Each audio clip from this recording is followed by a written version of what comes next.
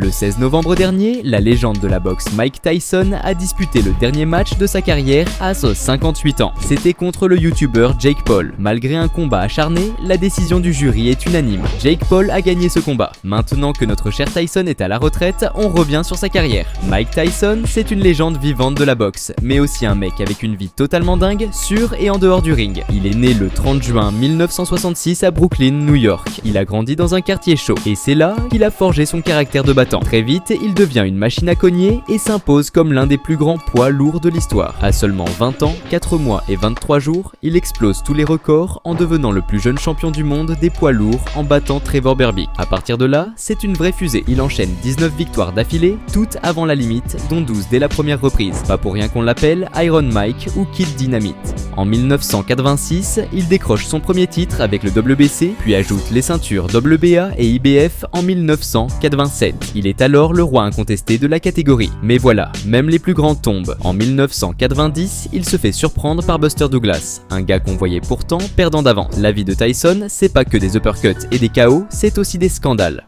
En 1992, il est condamné à 6 ans de prison pour viol, même s'il plaide non coupable. Libéré pour bonne conduite, en 1995, il revient sur le ring comme si de rien n'était et récupère 2 ceintures. Mais son combat contre Evander Holyfield en 1996 marque un tournant. Après une défaite, leur revanche en 1997 devient légendaire pour une raison bizarre. Tyson pète un câble et arrache un morceau d'oreille à Holyfield avec les dents. Résultat, disqualification directe. Les années 2000, c'est la descente. En 2002, à 35 ans, Tyson tente un comeback pour le titre, mais il se fait mettre KO par Lennox Lewis. Puis, en 2003, après avoir gagné environ 300 millions de dollars, il déclare faillite. Il continue à boxer, mais ça sent la fin.